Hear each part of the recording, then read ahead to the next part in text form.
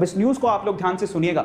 26 साल का एक लड़का था, उसने सुसाइड कर लिया सिर्फ सेक्सटोर्शन रैकेट की वजह से।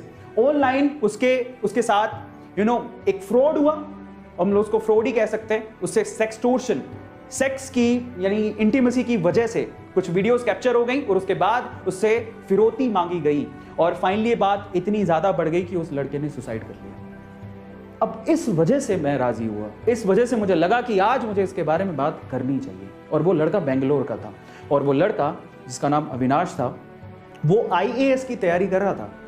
अचानक से क्या होता है, उसे फेसबुक पे एक रिक्वेस्ट आती है नेहा नाम की लड़की की, ठीक है, आप नाम पे मत जाइएगा, बट धीरे धीरे रिक्वेस्ट आती है, बातें होने लगती हैं। उसे नहीं पता था कि जो लड़की की रिक्वेस्ट आ रही है उसके पीछे एक रैकेट काम कर रहा है। धीरे धीरे बातें होने लगती हैं, बातें और बढ़ने लगती हैं, धीरे धीरे और क्लोज आने लगते हैं। एक वक्त ऐसा आता है कि वो लड़की बेंगलोर की नहीं थी, समझ रहे हो, वो कभी मिले नहीं एक दूसरे से, कभी नहीं मिले, वो बेंगलोर की थी ही नहीं, कभी मिले नहीं, सिर्फ मोबाइल पे ही बातें हो रही हैं। धीरे धीरे पर्सनल नंबर शेयर हो गए, फिर धीरे धीरे उन्होंने वीडियो कॉल शुरू किए, वहां से इंटीमेट चीजें शुरू हो गई। और एक वक्त ऐसा आया जब उस लड़की ने इंटीमेट वीडियोस शेयर किए, उस लड़के को बोला कि तुम भी इंटीमेट वीडियो शेयर करो, तो गलती वही हो गई, उस लड़के ने बिलीव कर लिया और उस लड़के ने इंटीमेट वीडियोस, लाइव वीडियोस जो भी था, ऐसे वीडियो कॉल्स किए जिसकी वजह से वो फंस गया। वो वीडियो रिकॉर्ड हो गए। कुछ दिनों बाद वो लड़की गायब और लड़की के पीछे जो रैकेट काम कर रहा था उसने अब उस लड़के को परेशान करना शुरू किया। उसने वो वीडियो फॉरवर्ड किया और कहा कि आपने अगर इतने पैसे हमें नहीं दिए तो हम ये वीडियोस आपकी फैमिली को भेज देंगे या सोशल मीडिया पे डाल देंगे। डर के मारे, क्योंकि हम इसके बारे में बात नहीं करना चाहते, ठीक है, इट्स नॉट एक खाना खाया है, इट्स अबाउट इंटीमेसी शेयर की है, जो कि इंडिया में एक टैबू है, इसके बारे में लोग बात नहीं करते जनरली, ठीक है। सो जब ऐसा कुछ हुआ तो उसे ऐसा लगा कि यार अगर ये चीज पब्लिकली चली गई तो मेरी इज्जत का क्या होगा, घर पे मुझे लोग कैसे देखेंगे, मैं आईएएस की तैयारी करने आया हूं, ठीक है। एक ऐसा केस हुआ, उसने शुरू में पैसे दिए, उस पैसे, अब देखो जब भी आप पैसा देते हो ना तो उनकी भूख और बढ़ जाती है।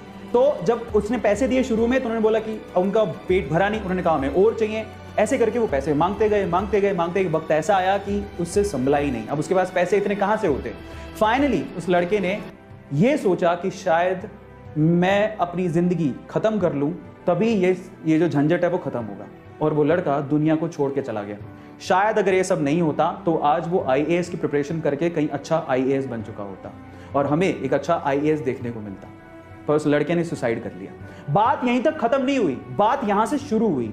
इतनी बुरी, मतलब मैं कहता हूं कि शायद कभी कभार ऐसा लगता है कि इंसानियत पूरी तरह से खत्म ही हो चुकी है, कि फैमिली जिसने अपना 26 साल का नौजवान लड़का खो दिया, वो लड़की फिर से उसकी बहन को कांटेक्ट करती है, पता कर लेती है कि उसकी बहन को कांटेक्ट करती है और उसको बोलती है कि मैं अविनाश को देखे मुझे बहुत दिन हो गए, मैं अविनाश की, मतलब बताया कि अविनाश की गर्लफ्रेंड मुझे उसे देखे बहुत दिन हो गए, ऐसा करके।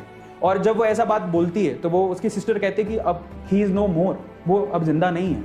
अब देखिए उसके बाद क्या होता है, वही रैकेट वापस से अविनाश की बहन को कॉल करते हैं और उसे कहते हैं कि ऐसा ऐसा है, उसकी वीडियोस हमारे पास है, हमें पैसे चाहिए, नहीं तो वीडियोस हम पब्लिक कर देंगे। अब उसकी बहन थोड़ी समझदार थी, उसने पुलिस को ये केस रेफर किया कि ऐसा ऐसा कुछ हो रहा है मेरे भाई के साथ और मुझे लगता है कि उस सेक्सटोर्शन की वजह से उसकी जान गई है।